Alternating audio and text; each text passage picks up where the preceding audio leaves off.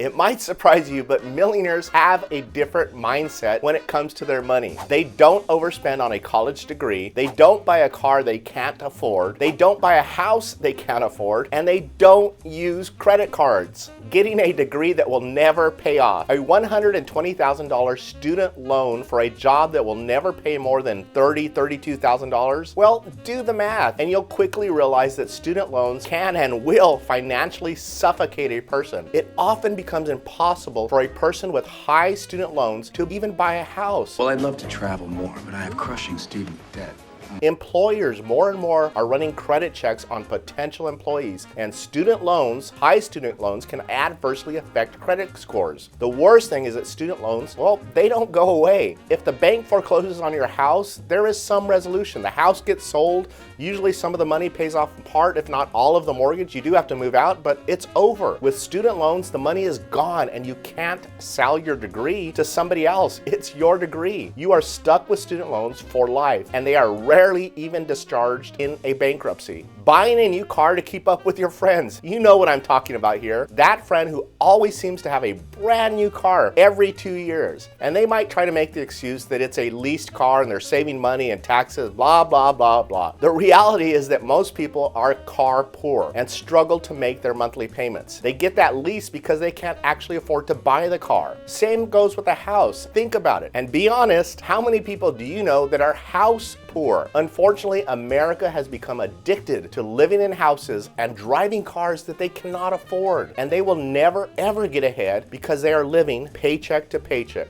just to keep up with their friends most of the time, using credit cards to bridge the gap during hard times. I don't need to tell you how bad it is to keep a credit card balance of any kind. It's bad. And I know it starts off innocently enough at Christmas time or for a family vacation with the promise to yourself of paying it off in 2 months or 3 months. The problem is people make that same promise to themselves every single month or every time a new situation comes up. This is the last time. And they're never able to catch up. What do millionaires refuse to spend money on? Number one, never buy new cars. In both my personal and my business life, I have not purchased a new car in over 15 years. That is impressive.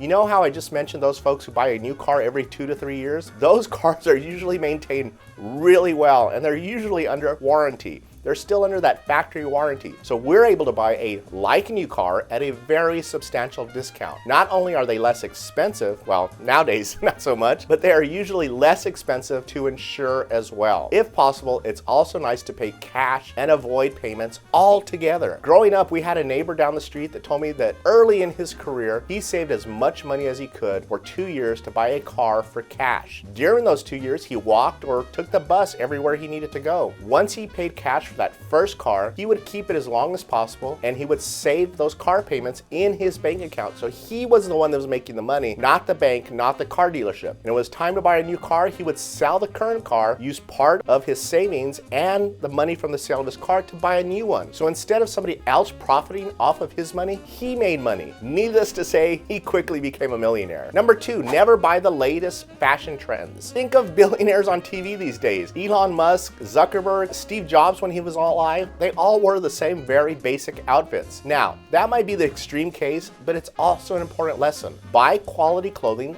that will last. Don't get sucked into spending a ton of money on the latest trends. Replace clothes when they wear out. Number three, never waste food. Buying too much food and throwing it away is the same thing as, well, throwing money away. Globally, approximately 119 billion pounds or $408 billion in food is thrown away every year. Americans, we make up 40% of that wasted food. The average American family wastes $1,600 a year on food. Think of how that $1,600 could be invested annually over 20 or 30 years. If you're not going to eat it before it expires or goes bad, then don't buy it. You are literally throwing money away. Never mow your lawn. In my first job as an attorney, one of the senior partners told me as soon as they hired me, and I was a little offended because his goal was for me to bill as many hours as possible. But he was right. I love taking care of my lawn, but as soon as I realized how much loving my lawn was taking away from me both physically and financially and from my family, I realized that that was not a good good idea. I currently have a friend who makes fun of me every single time I see him because I pay somebody to mow my lawn. But he never has time to do anything on the weekends because guess what? He's mowing his lawn. It easily takes an entire morning or afternoon, and that is time away from family and from friends. Not to mention how tired I would be afterwards. Never mowing your lawn is really an analogy to hire people for jobs that take up too much of your time